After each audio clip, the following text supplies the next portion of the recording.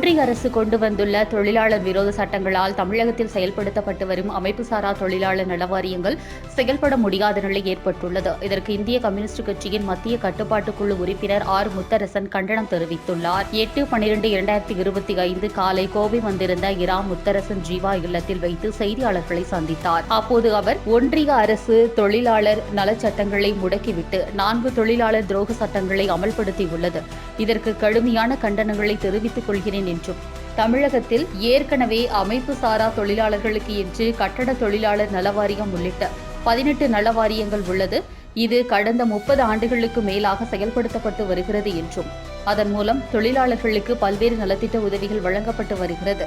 இதன் மூலம் தொழிலாளர்கள் பலனடைந்து வருகிறார்கள் என்றும், தற்போது மோடி அரசால் கொண்டுவரப்பட்டுள்ள இந்த புதிய சட்டங்களால் தொழிலாளர் நல வாரியங்களுக்கு ஒதுக்கப்படுகின்ற நிதி முழுவதும் ஒன்றிய அரசிற்கு மாற்றப்பட்டுவிடும் என்றும், எனவே இந்த நல வாரியங்களை செயல்படுத்தப்பட முடியாத நிலை ஏற்பட்டுள்ளது.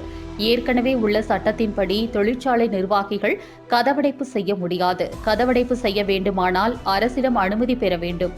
இப்போது புதிய சட்டத்தில் அது மாற்றப்பட்டுள்ளது என்றும் தெரிவித்தார். சுரங்கம் போன்ற அபாயகரமான தொழில்களில் பெண்களை ஈடுபடுத்தக்கூடாது என்ற பழைய சட்டம் தூக்கி எறியப்பட்டுவிட்டது. இப்போது பெண்களை அபாயகரமான வேலைகளிலும் ஈடுபடுத்தலாம் என்றும் சட்டம் கொண்டு வந்து விட்டார்கள் என்றும் தெரிவித்தார். மேலும் தமிழகத்தில் ஒரு கலவரத்தை ஏற்படுத்த முயற்சி நடக்கிறது. RSS பிஜேபி அமைப்புகள் தீபக்கள் என்று சொல்லுவது தீபக்கல்ல, அது ஒரு சர்வேக்கள்.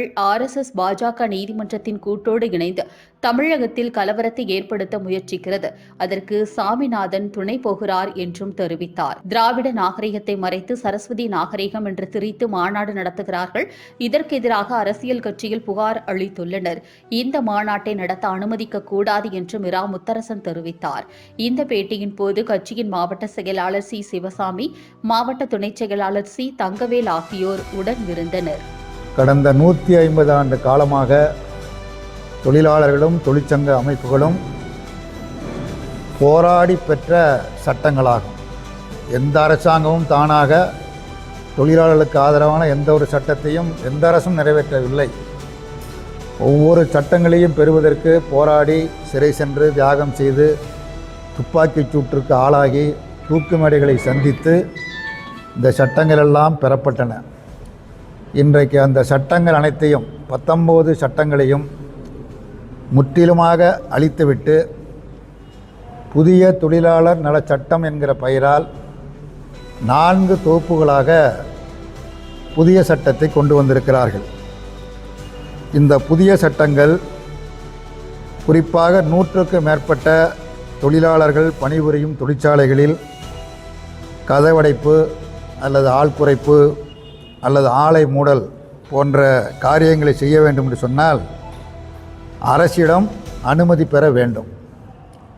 தற்பொழுது திருத்தப்பட்ட சட்டத்தில் அந்த 100 என்பதை மாற்றி 300 தொழிலாளர்கள் வரை பணிபுரியக்கூடிய தொழிற்சாலைகளில் எந்த அனுமதியும் இல்லாமல் அமுல்படுத்தலாம் என சட்டம் கொண்டு வரப்பட்டிருக்கிறது.